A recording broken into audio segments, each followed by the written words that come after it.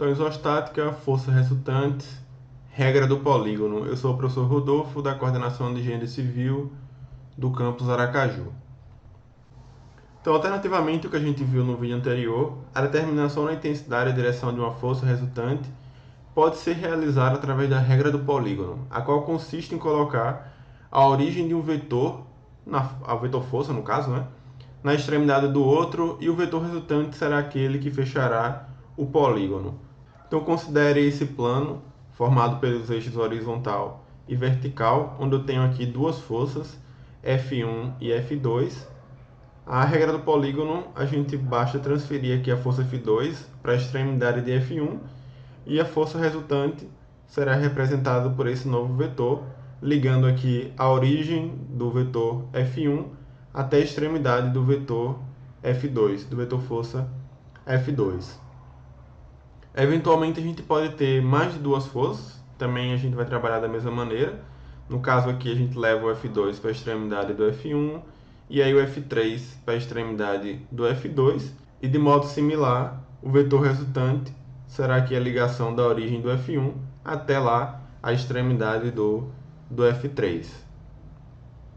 Eventualmente, ao invés de colocar o F2 na ponta do F1 e F3 na ponta do F2, outras combinações são possíveis, então não importa a ordem que eu tomar das forças, independente da disposição que eu colocar, o meu vetor resultante sempre vai ser o mesmo valor e com a mesma orientação. Então aqui no caso eu coloquei o F3 na extremidade do F1 e o F2 na extremidade do F3 e terminei chegando no mesmo lugar. Nesse caso aqui eu estou saindo do F3 e aí eu coloquei o F2 na ponta do F3 e depois o F1 e também resultou na mesma força. Intensidade e orientação. Igualzinho. Então temos aqui um exemplo, seja o sistema de forças mostrado na figura. No caso aqui eu tenho uma força F com inclinação de 30 graus com eixo Y e uma força de 500 N com inclinação θ também em relação ao eixo Y. Determinar o ângulo θ e a intensidade da força F, de modo que a força resultante seja orientada verticalmente para cima e tenha intensidade de 650 newtons. Então nós temos aqui a força F, estou replicando aqui a força de 500 newtons lá na extremidade da força F, e aí, nesse caso, um ângulo θ em relação ao eixo Y, que ele está novamente replicado aqui, e a resultante, como é dito aqui no enunciado, é igual aí a 650 newtons.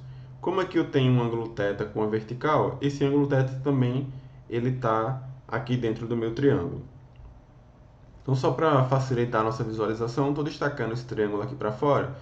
Então, eu tenho esse lado aqui com 500 newtons, esse daqui é o F que a gente quer encontrar. Aqui eu tenho um ângulo de 30 graus, aqui eu tenho um ângulo de θ, e aqui esse lado tem intensidade aí de 650 newtons. A gente pode calcular o valor do F e o valor do θ utilizando a lei dos senos ou a lei dos cossenos, por exemplo. Aliás, eu esqueci de dizer, a regra do polígono é muito boa, a gente só tem que ter obviamente uma atenção maior no cálculo dos ângulos, montando aí o polígono. Então A ao quadrado é igual a B ao quadrado mais C ao quadrado, menos 2 vezes BC cosseno alfa, é a lei dos cossenos, que a gente já viu em um vídeo anterior.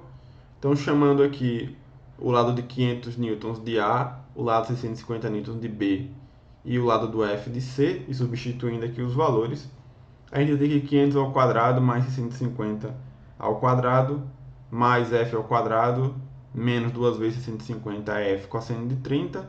Só sobrou aqui de incógnita o f, então calculando aí o valor do f, a gente encontra que o f é igual a 182,95 newtons. Então, encontrado o valor do f, novamente a gente pode utilizar a lei dos senos ou a lei dos cossenos para calcular agora o valor do θ. Vamos utilizar de novo a lei dos cossenos.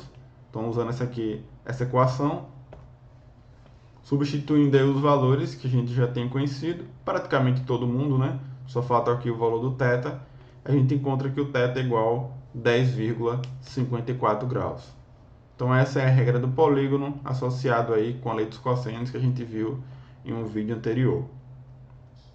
Como exercício, eu sugiro que vocês tentem fazer aí o o cálculo do θ e do F utilizando o que a gente viu no vídeo anterior, calculando as componentes cartesianas dessas forças.